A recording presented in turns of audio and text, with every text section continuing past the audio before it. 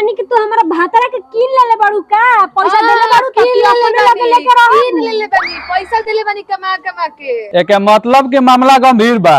अच्छा एगो बात बताओ, तू महाराजेगंज बाजार पर रहबो कि कम से कम रुकुंदीपुर वाला पुरानका घर पर जाके आ कम से कम झाड़ू पोछा 8 दिन पर को देवे के चाहिए नु, साफ सफाई को देतो आ तनी मेंटेनेंस रखतो त मेहरारू खिसियाइत ना तारा पर। अरे सरपंच साहब का कहीं पुनका घर के कहानी, वो घर के प्लास्टर झड़ता आ जहां ना तो घर चुअतो सरपंच। ओ तू का बोलबो सरपंच साहब हम रोवा के बताओ तनी, जब केहू के नया घर बन जाला नु तो वही में रहे के मन करला, पुरान घर सरपंच साहब परेशान है क्या भाई? सुनो कौना एंगल से हमरा बुझाता कि प्लास्टरा झड़ता, कौना एंगल से बुझाता कि प्लास्टरा झड़ता, बहुत अच्छा कचक लगता हमरा देखे से। देखी पुरान घर है ठीक बा, ढेर दिन प्लास्टर कइला हो गइल बा और तनी झड़ता।